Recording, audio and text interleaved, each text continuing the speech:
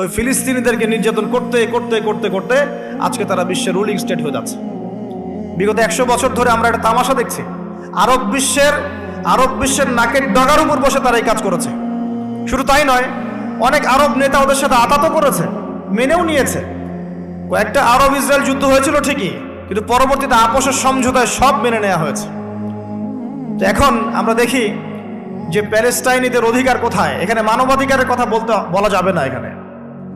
এখানে নির্বিচারে তাদেরকে হত্যা করা হবে।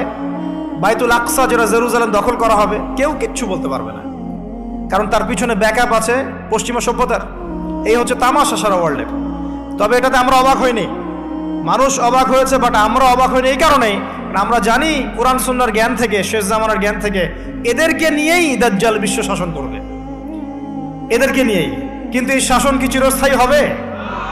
এই শাসন চিরস্থায়ী হবে না ইনশাআল্লাহু আযজা ওয়া জাল্লা।